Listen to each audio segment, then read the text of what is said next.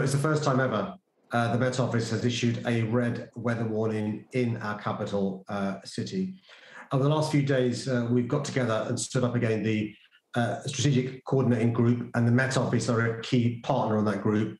The Met Office and our first responders are worried about, as a consequence of winds up to 80 miles per hour, that you could have a situation where trees are falling down, where there's debris flying around, roof tiles, garden furniture, scaffolding, and other debris, and that leading to the potential of real harm to Londoners. So the message to Londoners is, whilst the Met Office has the red weather warning, stay indoors. Storm Eunice is the worst storm we've faced in 3 decades.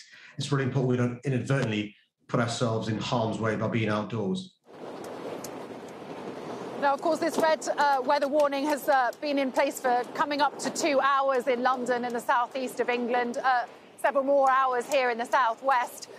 It does mean that there is a danger to life. Are there any reports of incidents so far in London? I was in touch with the Fire Commissioner recently, and thankfully, Londoners appear to be following the advice by and large. We are having reports of trees falling over. The Royal Parks have closed all the parks they're responsible for.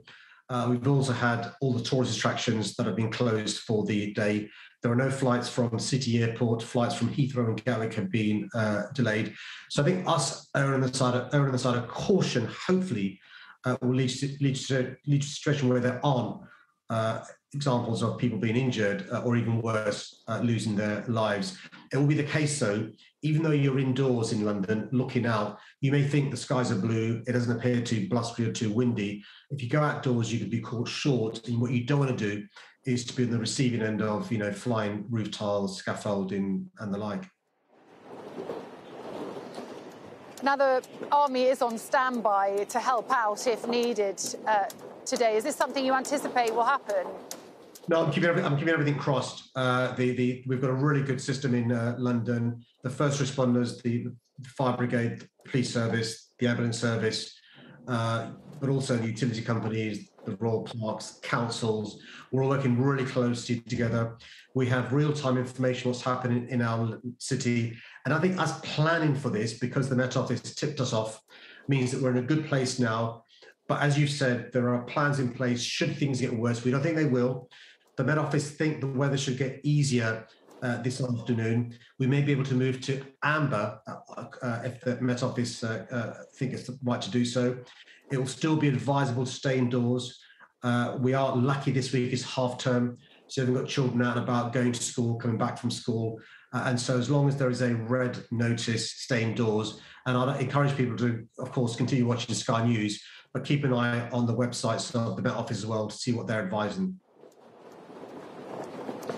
Now, as you would expect in a storm as serious as this, there is significant disruption to travel.